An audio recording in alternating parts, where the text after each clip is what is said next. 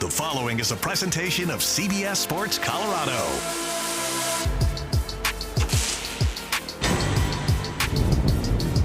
From Boulder, this is Coach Prime's Playbook with Romi Bean. Brought to you by your Colorado GMC dealers. Experience the full Sierra family lineup at your local GMC dealer today. Now your host, Romi Bean, and the coach of the CU Buffs, Deion Sanders. Mobile screen look, Trey Spivey. He's a big game breaker. He has run for touchdown after touchdown, and he's going again. Over the middle on a deep cross, and it breaks wide open. Gio Richardson, touchdown. Julian Lewis, already as a freshman, played one game. Going to throw the home run down the left side of Mario Miller's out there. Makes the grab, steps out of a tackle. 15, 10, 5, end zone, touchdown. 52-17. Do you think this team's checked out? No, sir. I know this team personally. I know this team intimately. I know a multitude of players. They hadn't done that. I know when a player quits. I know a quitter when I see one. Hadn't seen that. Hello, everyone. Welcome into an absolutely stunning day here in Boulder, Colorado for another edition of Coach Prime's Playbook with the one and only Coach Prime. How you doing? You know what, Coach? I'm so tired of meeting up under these circumstances. Yeah. Well, you know what? I am. You have no idea. Yes. Well, let me ask you then. Do we feel like maybe we're going to have a change of pace, obviously coming off the big announcement that you got a different starting quarterback? Well, we're excited about that. We're excited about his potential, and it was time. It was time that we go on and give him an opportunity and make sure he's prepared to play. He's playing against another freshman this upcoming weekend. And it's freshman against freshman. We want to see who prepares their kids the best, which one of these young guys are going to take the leap forward and lead that team to victory. And we're excited about those possibilities. You said it was time. Obviously, we know we can look at the outcome of the past 2 weeks, but what else told you that JuJu's ready? The change in the thought process of the way you attack practice. Practice matters. Yeah. This generation, sometimes they don't feel like practice is everything. Practice was everything to me, and practice matters. So even if you're on a scout team, I'm watching you. Even if you're taking a few reps here and there, I'm watching you. Even if you only had a 5-play package, what we barely get to, I'm watching you. How you coincide with what we're trying to do, and do you make the reads? Can you handle the pressure? Can you handle the scrutiny? Can you handle the mayhem? Jumping in there right now. All those things play a vital part, and we checked several boxes, and I think it's this time. As you make this change, does your staff, do you sit down with JuJu and find out what he likes best? How are you catering this we already offense did to that. him? We did that a long time ago. Yeah. But not only that, you find out what he can handle. What do you like? What do you don't like? This is this team's weakness. This is what we want to do. These are your reads. These are your things. The best thing created was that the helmet conversation that between the coordinators as well as the quarterback up until 15 seconds left on the play clock, because he could literally tell him the play, tell him the defense, tell him the reads. Now he has to do it.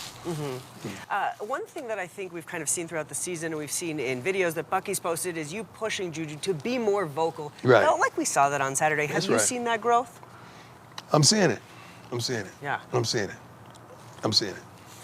One thing that I've been thinking about, and I've been trying to figure out, I think, since last weekend, was you go back to Iowa State, you beat this then-ranked team at the bye week, and then it was like how you would say, just cut to the chase. Big drop. Like, how did it get kind of so bad so fast? I wish I could put my finger on the one thing. It's not one thing. It's a multiplicity of things. It's almost like we're in the top 25 with penalties, not having penalties. We were really good. We broke the bank last week. I think now we're in top 50. But still, we're better than that. Going to the top 25 in one game, I think having 9 to 12 penalties, that's not conducive to who we are. We're much more disciplined than that. So you crack down on that. You change your practice schedule. You crack down and you go back to the basics of running, tackling, catching, blocking, doing the little things, throwing, doing the little things, making sure you're not offsides, and the little penalties that are self-inflicted. The penalties, the pre-snap, before the ball even snapped, those are the things that make you upset too. Yeah. Absolutely. Yeah. Well, it's a great thing about football. Every week's a new week. We've got a new quarterback. Let's take a look at who's next. We got bees flying around in here all over the place. Who is next? West Virginia, heading out on the road, all the way out to West Virginia. They're 3-6, but they just took down Houston in what was a track meet. And, of course, head coach, 27th year. He's got 190 wins. That is the 6th most among active coaches. Let's hear from Mountaineers head coach Rich Rod, who his team just got their first conference win on the road against a really good Houston team. When you're struggling at times, it's like you can look at the scoreboard and say, oh, woe is me. And I don't think there was any of that today. You know, we got the lead, and that helped. But even when they came back a little bit, there was no, panic anywhere. And that kind of, I guess, lack of a better word, maturity with the game situation is what we've been wanting all year. And we got it today against a good team. You know, I love where he says that there was no woe is me from his team, that mental strength. Yeah. Do you feel like you have that no woe is me mentality on your team? Well, I'm not going to say that because we got a bunch of guys in the training room right now. Yeah. Some is trying to get out, some wants to stay in. This is a tough-minded coach, tough-minded team. They're starting to catch on who he is and what he's teaching. And with our team, we just got to remember who we were 2-3 weeks ago and remember who we are now and make a change, and a sudden change. I keep saying this, but it has to translate to the game, but practice today was phenomenal. One period was horrible, but the rest of the practice today was straight out phenomenal, and that's the type of ball we need. You know, Rich Rod's known for his spread offense. You're going to see a lot of jet sweeps, no huddles, QB runs. How do you best prepare for his offense? Yeah, well, we're prepared. Trust me, it's been a light switch turned on of everybody in this program. I mean, everybody in the program, including myself. So we will be prepared. That's one thing we shall be. Probably the funniest thing about the Mountaineers is they've had so many burned couches over history that they've outlawed outdoor furniture. Do you know this? No, I don't. Yeah, because they'd had so many people burn couches. What does that mean? After games. Like, just burn couches. Set them on fire. What does that do? Like, what is that about? I don't know. You know, it was a tradition. Oh, to burn the couch? It's just a tradition. Yeah, burn the couches. So they had to outlaw outdoor patio furniture. How can you outlaw outdoor patio furniture? So no one can have patio furniture? I don't believe so. So what do patio companies do? They just don't sell patio furniture Maybe like in West Virginia? Is it a whole state? No, I think just in Morgantown. Oh, okay. I know. So if you have a little Shea lounge, say, out by the pool, so your pool is naked then. Nothing is around your pool. Everything, naked meaning, nothing, I'm sorry. Everybody. You know what? That means nobody's around. No, ain't nothing on it. I'm not sure if in the backyard. I think the backyard might be fine. I don't know.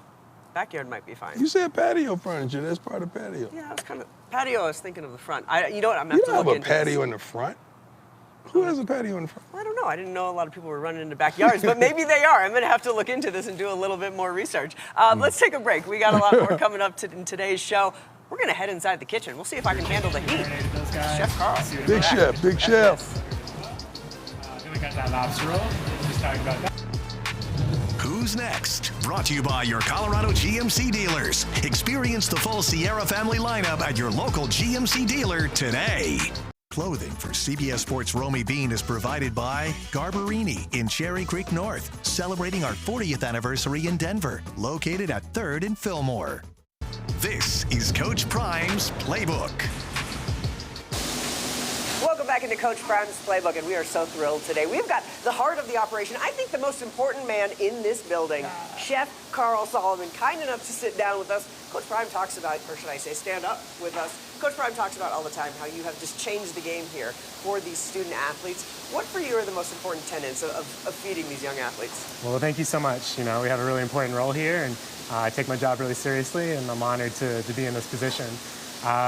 Something that we do is that we mix up the menu every single day. You know, these guys and girls are eating here 3-4 times a day, 6-7 times a week, and we got to keep it fresh. So, you know, unlike your typical restaurant where the clientele changes and the menu might be more static, our menu is changing all the time and our clientele is more static. So that presents a unique challenge, and we do our best with it. We can see you guys are getting your preparations on. That's a lot of food. How many pounds of food do you go through a day? Oh my gosh, so every single day we have a poultry, a beef or a pork, and a seafood option. We're looking at 100 to 150 pounds each on every single one of those.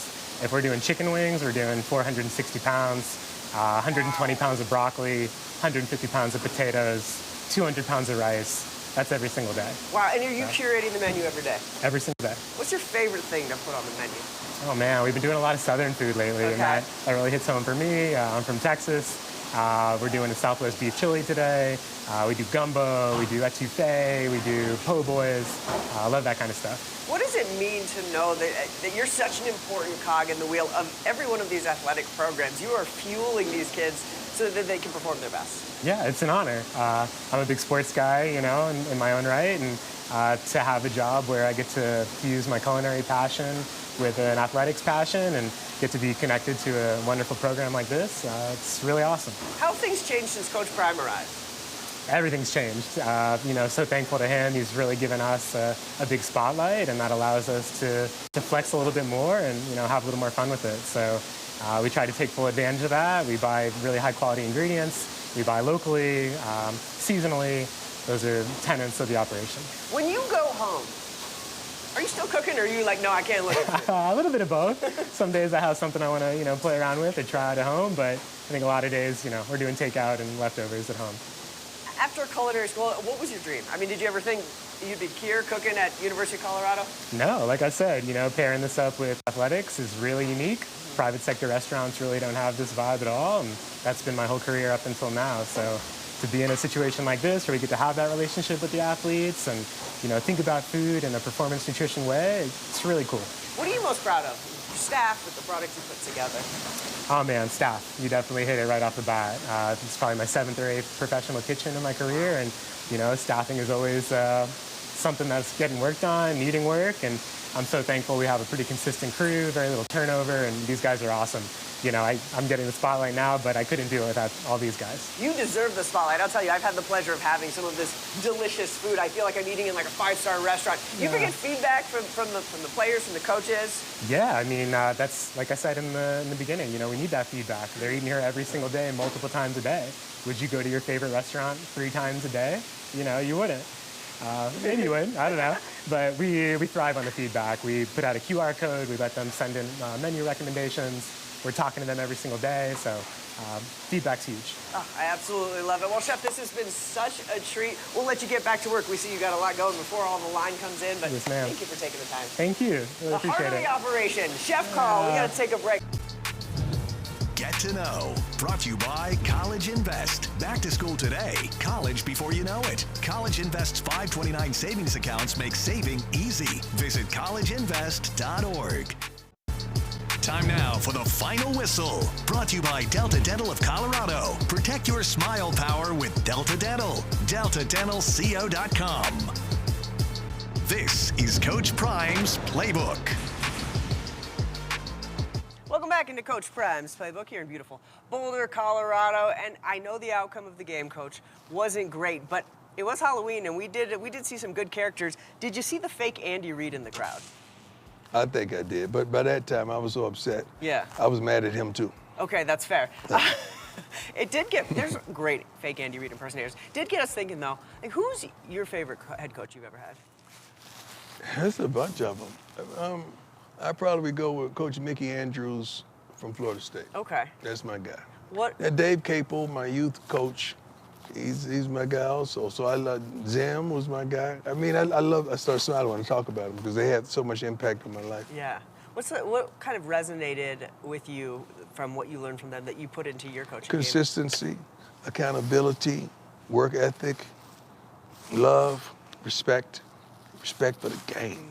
Yeah, respect for the game. Beautiful. Yeah. I love that. We only got like 20 seconds left, but I got to ask, how great was it just to have Shedeur back? Oh my God. It was great because I hadn't seen my son in a long time. We've never been apart that long, and I don't think people understand. Like, I've always had those guys. We've never been apart that long. So for him to take a jet to come here and to see Pops, I was in tears. We didn't show that part, but yeah, it got me, it touched me. It was beautiful. Wow.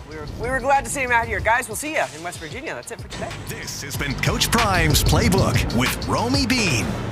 Brought to you by your Colorado GMC dealers. Experience the full Sierra family lineup at your local GMC dealer today.